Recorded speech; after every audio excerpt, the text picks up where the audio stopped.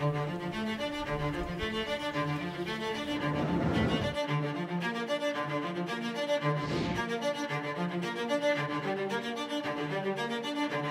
y a vraiment deux identités de restauration dans l'auberge.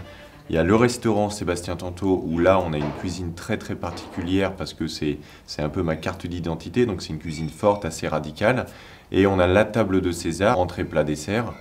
On joue avec le potager, on a nos chasseurs, nos cueilleurs, nos pêcheurs du coin qui nous fournissent pour le restaurant étoilé et qui nous fournissent aussi pour la table de César. Donc les produits sont magnifiques et magnifiés par la même équipe que le restaurant étoilé. Prendre un menu à 35 € que l'on peut manger en 1 heure, ça c'est important de le dire, en 1 heure, on peut manger à la table de César entrée, plat, dessert, café pour 35 €. Et ça permet aussi surtout aux cuisiniers de s'exercer continuellement à faire une pâte feuilletée, chose que l'on ne pourrait pas faire au restaurant étoilé. La carte de fidélité pour un restaurant comme celui-là, un petit restaurant de village, on est quand même à 1 heure de Chantilly, 10 minutes de Compiègne, 5 minutes de Pierrefonds, des villes assez touristiques quand même. Ça permet voilà, d'avoir un échange aussi, d'avoir une accessibilité à l'auberge.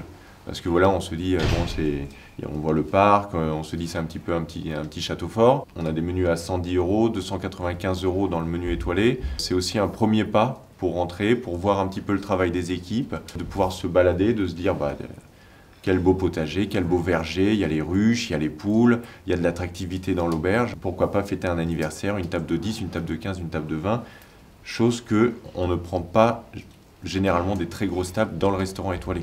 Il faut comprendre que c'est une cuisine, je parlais de tomates farcies, mais ça peut être, comment dire, un hamburger, un croque-monsieur, on va prendre un vrai jambon de Paris, on va prendre un comté 24 mois, on va faire notre pain maison, ou alors Jean-Luc de Trollibreuil va nous faire un excellent pain de mie.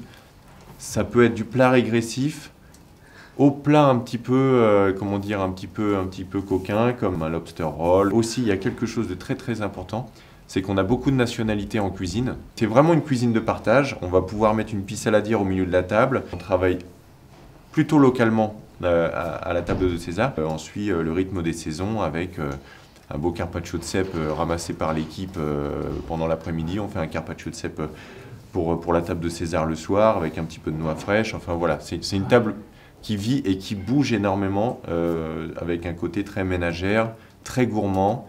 Parfois un petit peu opulent parce qu'on fait des soirées qui s'appellent les soirées festins. On fait des soirées de 60 convives.